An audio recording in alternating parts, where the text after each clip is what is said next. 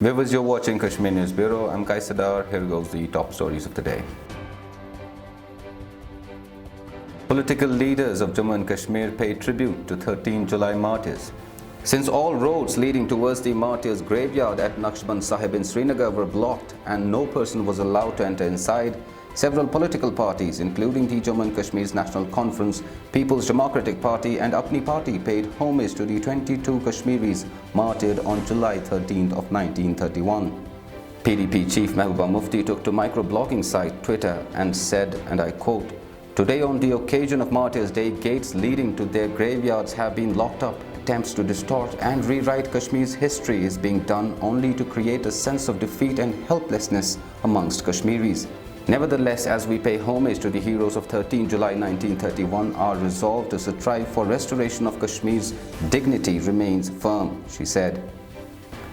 NC President Dr. Farooq Abdullah also paid tribute to the martyrs in a closed-door function held at the party headquarters. On the day, former Chief Minister Omar Abdullah said that the day marks the assertion of Jammu and Kashmir's identity and rights of its people.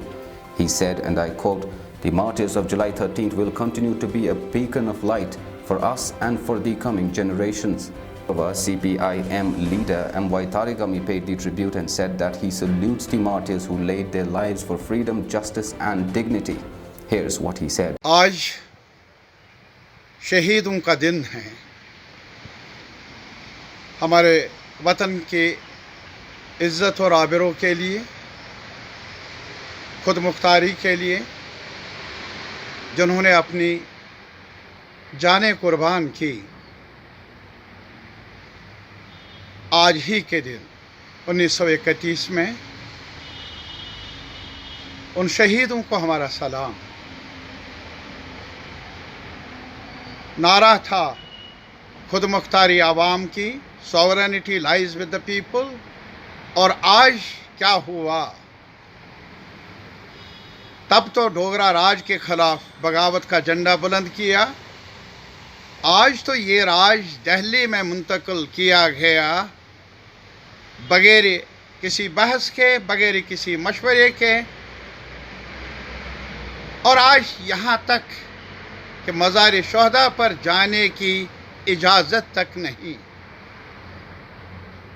वो जो हमने हासिल किया था नए कश्मीर की शक्ल में, जब जागीरदारी का खात्मा हुआ, ज़मीन मिली काश्तकार को बिला मुआवजा, सूदखोरी का खात्मा हुआ, हमारी बहनों को इख्तियारात मिले।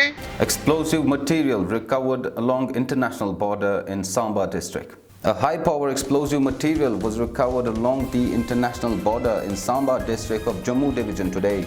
Officials said that high-power explosive substances were packed in a steel mine and seemed to be anti-tank in nature. Bomb disposal squad was called in and operation to defuse the substance was initiated. Man along his father arrested for allegedly murdering his wife in Srinagar. Srinagar police arrested two persons including father-in-law and husband of a woman for allegedly setting her on fire, following which she breathed her last.